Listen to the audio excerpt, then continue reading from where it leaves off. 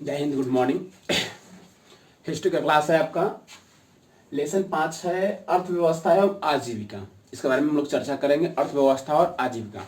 देखिए, अर्थव्यवस्था क्या है आप लोग पढ़ चुके हैं। आजीविका यानी जीवन यापन करने की प्रक्रिया होती है, उसे आजीविका कहते हैं। ठीक है, अर्थव्यवस्था भी वही है, जीवन यापन करने की प्रक्रिया है जिसे हम लोग जीवन उपार्जन करते हैं। देखते हैं, ध्यान देते हैं आगे क्या है। कह रहा है किसी भी राष्ट्र का मूल्य जो है, किसी भी राष्ट्र का मूल्य व्यवस्था क्या है, कृषि या उद्योग है।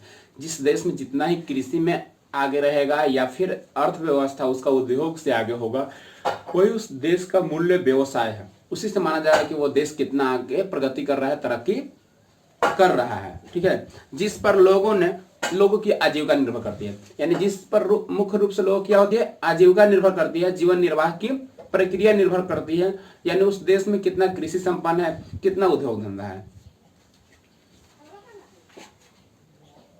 कह रहा है कि 18वीं शताब्दी के उत्तरार्ध में ब्रिटेन एक पहला देश बना जहां पे कृषि क्षेत्र उद्योग जगत के मशीनरी का आरंभ किया। यानी कह रहा है कि ब्रिटेन पहला ऐसा देश बना जो 18वीं सदी में यानी 1700 ईस्वी के आसपास में अपने किसान यानी खेती करने के लिए क्या किया, औजारों का आविष्कार किया और औद्योगिकरण की नई युग का शुरुआत किया। यानी उद्योग धंधे फैक्ट्रियां लगाने की शुरुआत थी। यानी औद्योगिकरण का जनक देश माना जाता है ब्रिटेन, यानी महादेश पूछे तो यूरोप महादेश। ठीक है, कह रहा है कि उद्योगीकरण एवं उद्योग में बृहत रूप की स्थापना करना, यानी बड़े रूप की स्थापना करना, बड़ी बड़ी कंपनियां खोलना ही औद्योगिकरण कहलाती है।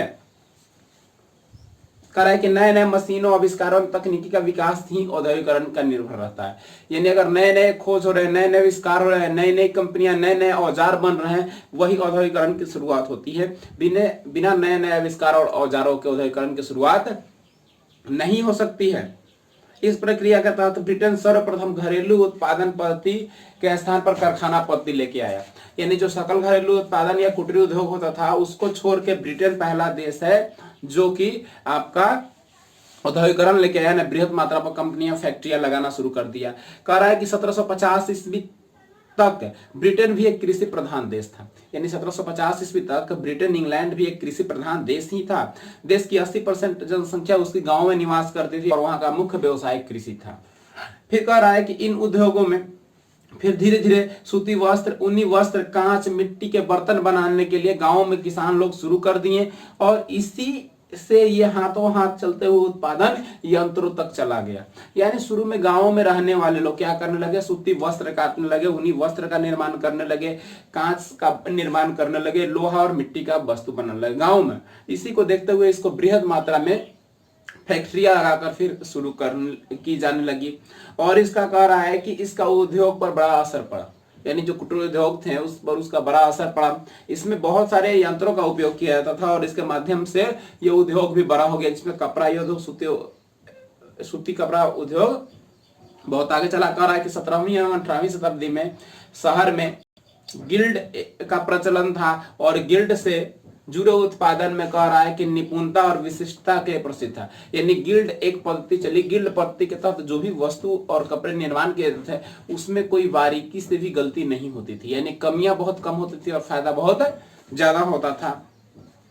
उत्पादित वस्तुओं कह रहा है कि बढ़ती हुई मांग के कारण गांव में रोजगार का अवसर प्रदान हुआ और कुटीर उद्योग का विकास काफी अधिक हुआ और यहाँ पुरुष, महिलाएं, बच्चे की भागीदारी होती थी और गांव में कह रहा है कि छपाई और रंगाई का काम होता था और यहाँ से वस्तुओं का निर्यात भी किया जाता था।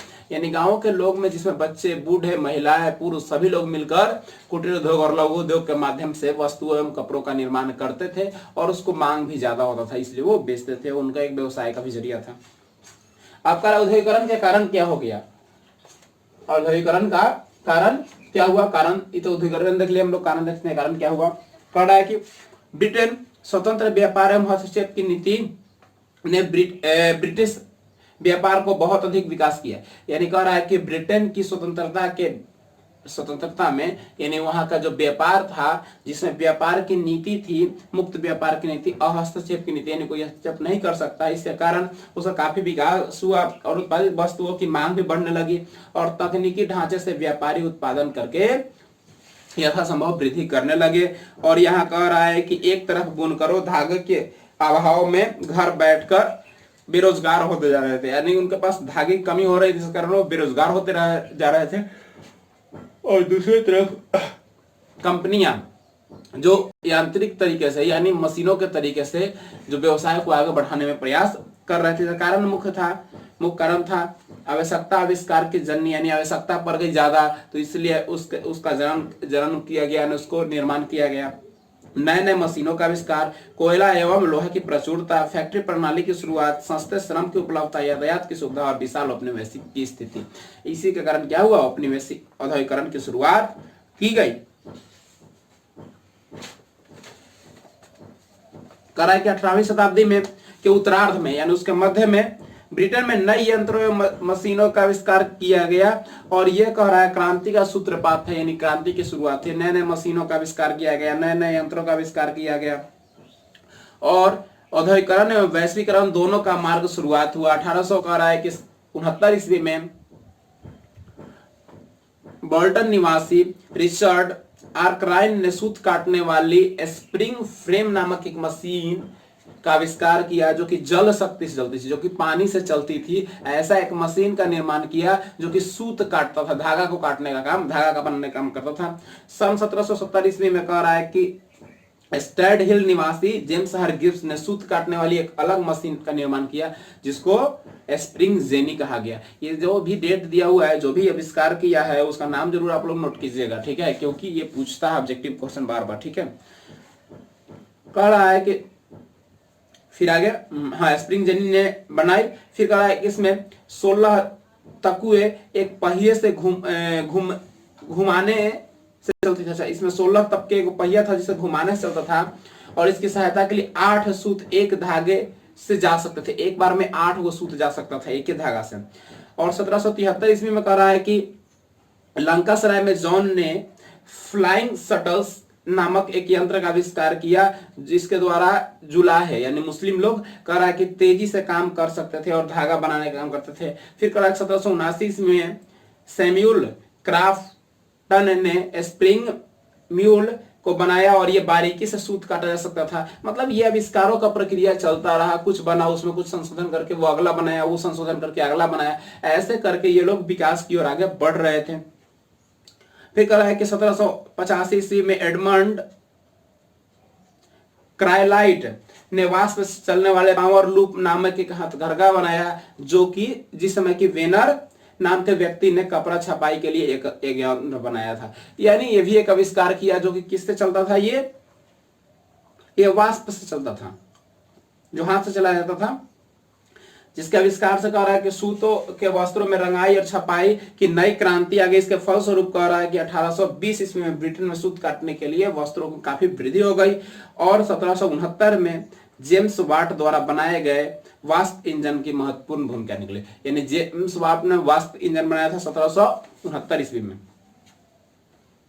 ब्रिटेन में कह रहा है कोयले एवं लोहे की खान थी, और वाष्प इंजन बनाने के बाद देश में निर्यात के लिए रेलवे तैयार किया गया। यानी इसके बाद क्या हुआ, रेलवे का मांग बढ़ गया और लोगों ने रेलवे का तैयार किया। 1815 ईस्वी में कहा है कि हेम्फ्री डेवी ने खानों में काम करने वाले, यानी जो कोयला के खान और लोहे के खान में जो काम करते थे, उनके सर पे देखे होंगे कि यहाँ पे लाइट लगा होता था टोपी में, वैसे लाइट का निर्माण किया जिसको बोलते हैं सेफ्टी लाइट। ये हेम्फ्री डेवी ने किया था 1815 ईस्वी में। ये जरूर पूछता है बार बार क्वेश्चन। फिर कहा 1815 ईस्वी में हेनरी बेसेमर ने एक शक्तिशाली भट्ठी विकसित करने के कारण लौह शक्ति और आगे बढ़ गई। यानी लगातार लोग आविष्कार करते जा रहे थे, नए नए तकनीकी का, नए नए उपकरणों का। फिर कह रहा है मशीन के नए नए आविष्कार ने फैक्ट्री प्रणाली को विकास किया, जिसके फलस्वरूप कह रहा है कि उद्योग और व्यापार के नए नए केंद्र खुले, और लिवरपूल से स्थित लंकासराय तक सूती वस्त्र के केंद्र बनाए गए। यानी लिवरपूल में भी और लंकासराय में सूती वस्त्र के केंद्र बनाया गया। मैनचेस्टर में भी सूती वस्त्र का बड़ा केंद्र बनाया गया। 1805 ईस्वी में कह रहा है कि न्यू साउथ वेल्स में ऊन का उत्पादन हुआ, और भेड़ के माध्यम से इसके मतलब बड़े बड़े भेड़ फॉर्म बनाया गया, जिसके माध्यम से ऊनों का उत्पादन किया जा सकता था। औद्योगिकरण ने ब्रिटेन में सस्ते श्रम की आवश्यकता की काफी भूमिका निभाई, और 18वीं सदी के अंत तब बराबंदी प्रथा की शुरुआत हुई। बराबंदी प्रथा मतलब होता है जिसमें छोटे जमींदार क्या करते हैं, खेतीहर खेत को अपने फार्म खोलने के लिए यानी फैक्ट्री खोलने के लिए दे देते थे। जो कि कह रहा है कि आजीविका उपार्जन के लिए, मतलब जो लोग मजदूर होते थे उनके लिए क्या हो गया, एक तरह से बहुत परेशानी का भी काम हो गया। कुछ लोगों को ही फैक्ट्री में काम मिलता था, कुछ लोगों को परेशानी होने लगी। जो खेती वगैरह करते थे वो जमीन तो दे देता था लोग वो फैक्ट्री लगाने के लिए। फैक्ट्री में उत्पादित वस्तुओं को एक जगह से दूसरी जगह ले जाने के लिए, कच्चा माल फैक्ट्री तक लाने के लिए यातायात की भी सुविधा की गई। रेल मार्ग और नदियों पर और समुद्रों पर चलने वाले जहाज, पोत जहाज रानी की शुरुआत की गई। यानी जो स्थल पे चलने वाले हैं तो ट्रेन वगैरह की शुरुआत की गई, और भी बहुत सारे गाड़ियां थी। और जल पे चलने वाले जहाज की स्थापना की गई, जिसके माध्यम से ब्रिटेन में एक जगह से दूसरे जगह तक सामान ले जाया जाता था। इसी के साथ ब्रिटेन एक अग्रणीय औद्योगिक देश बनकर उभरा। अब हम लोग उपनिवेशवाद देखते हैं।